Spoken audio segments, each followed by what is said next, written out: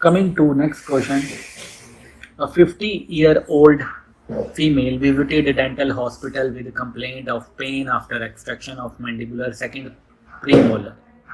She gave history for osteoporosis, exposed and necrotic bone in the socket that had persisted for more than 8 weeks, and no history of radiation therapy to the jaws. The condition was known as Brown's. What does Brown's stand for? It stands for, the answer is bisphosphonate related osteoradionecrosis of jaw. So the answer is both A and B. So Brown's stands for bisphosphonate related osteonecrosis of jaw.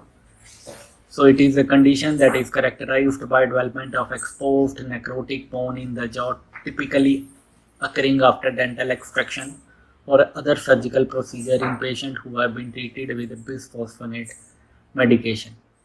So bisphosphonate, remember,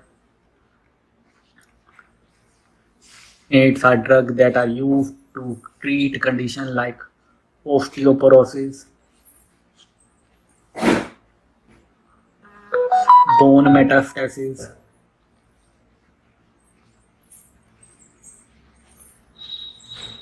and multiple myeloma. So these medications are effective in preventing bone loss and reducing the risk of fracture in some cases. They can interfere with the normal bone remodeling process and impair the healing ability of jawbone. So Brown's is typically diagnosed based on specific criteria including the patient history of bisphosphonate, the presence of exposed and necrotic bone in oral cavity that has been persisted for more than 8 weeks. So your answer is Brown's. Coming to the next question,